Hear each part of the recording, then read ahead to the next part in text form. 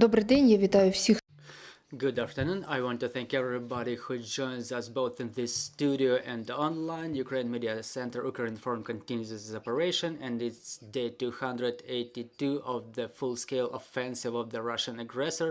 And now we will be talking about the situation in Melitopol.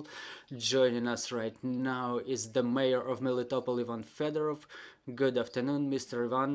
Good afternoon, Mr. Ivan. What's the situation in Melitopol? What's going on within the last couple of days? Well, in general,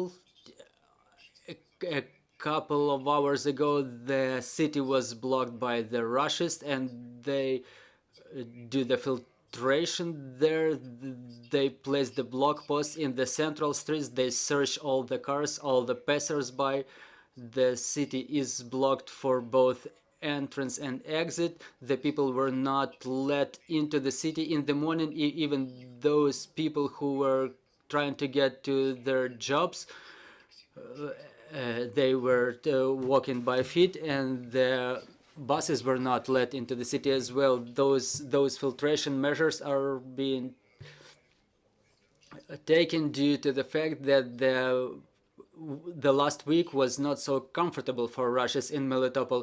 I'm saying that in Melitopol region, in the adjacent areas, and in Melitopol itself, and along the front lines, something is exploding on the Russians' end, or something is being destroyed. Within the last couple of hours, there was an explosion in their base in Yakimivtsi, where dozens of Russians were destroyed, and the same big number of military material. The same situation was recently in Myrne, a village near Melitopol, where their headquarters were destroyed.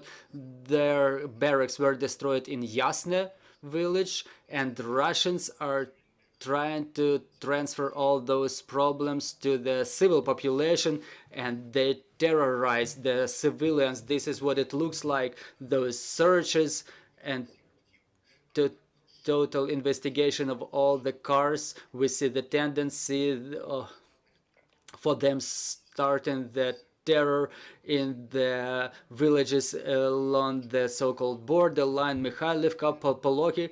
After yesterday's destruction of their positions by Ukrainian artillery, they were transporting their wounded and injured to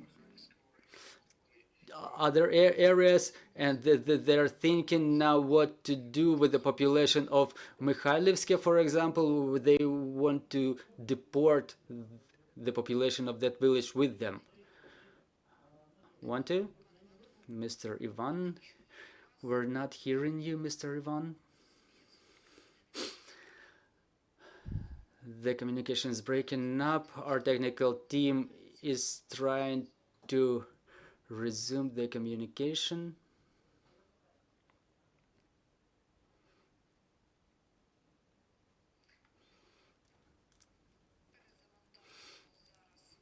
We're resetting the connection. So we will probably need a little time for that. I will remind you, joining us now online is the mayor of Melitopol, Ivan Fedorov, and we're talking about the situation over there, which is dynamically changing within the last couple of hours.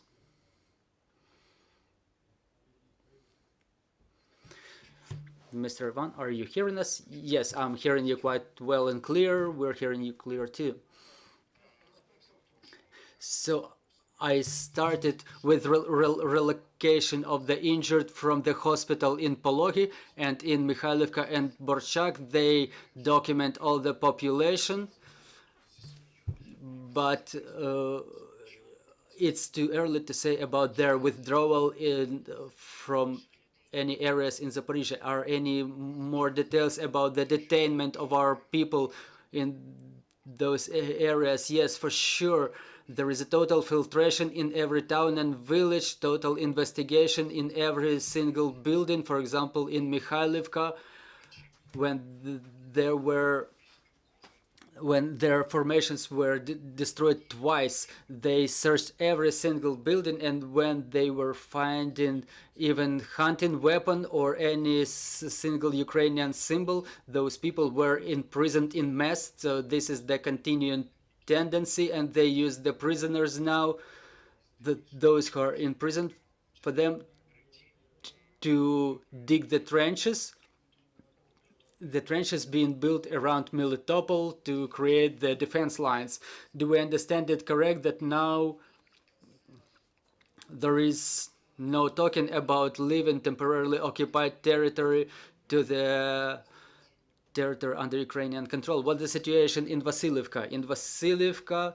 From Vasiliivka, actually people can leave, but not more than from Melitopol, not more than 10 people per day. So we're definitely not talking about the people of the draft age. They don't let our men who don't have the military registration documents, for example, which says that the person is incapable for service in the army. So they motivated with the message that the people who go to territory under Ukrainian control, they would be mobilized immediately, and we know why they do it, because they mobilize people in their country, and in the temporarily occupied territories, this is exactly the reason they don't let our citizens back to territory under Ukrainian control. Can we say about the increase of the Russians' presence in Melitopol? Yes, we observe the increase of their presence after them having fled from Kherson, and now they're not only based in Melitopol, but in the adjacent villages as well. Yesterday they started capturing of another village in Melitopol region, Botiv, in the bank of in the shore of Azov Sea. Is the recreation place, and they established a repairing base in grain elevator, and in the territory of sanatoriums located in that village, they equipped their barracks, their bases, and we observed the increase of the number of rushes in Melitopol and Melitopol district. We can say for sure that it's tens of thousands of personnel and at least 1,000 units of material. We have questions in the studio. Good afternoon, Ukrinform. Are there many collaborationists in Melitopol, and what are the names? Is there communication now? Well, we're resetting it. We lost communication again with Mr. Ivan. Well, I'm hearing you well.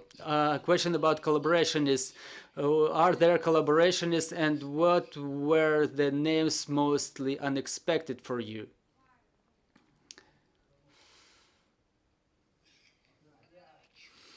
Mr. Ivan, have you heard the question?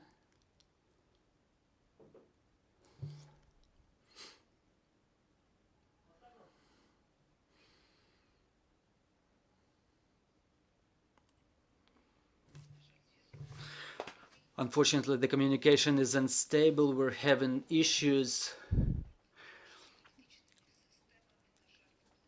And the problems with our energy infrastructure, unfortunately, impacts the communication in the studio. Back on, Mr. Ivan, there was a question. Are you hearing us? 1, 2.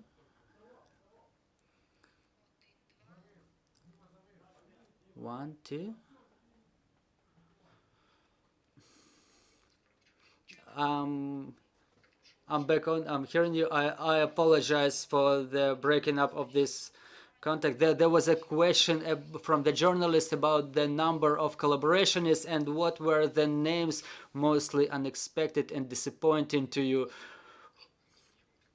Well, there was no unexpected names. Melitopol can take pride in the small number of people who collaborate.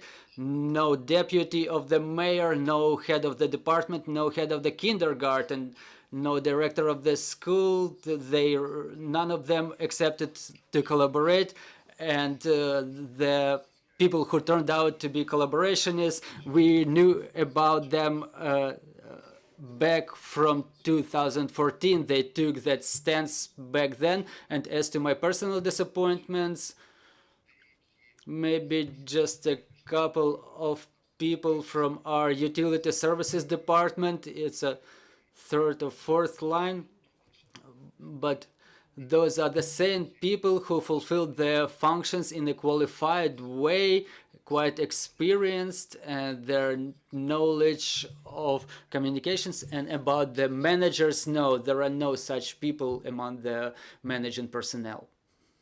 Any more questions, friends? There are no more questions in our studio. Thank you, Mr. Ivan, for joining us, for finding time to joining us online. I will remind you, joining us was Ivan Fedorov, the mayor of Melitopol. I will remind you that we have a co-working equipped in our media center where you can work. There is power, there is light, and our team is preparing the schedule for the Monday. Follow our announcements, bear with us, and glory to Ukraine.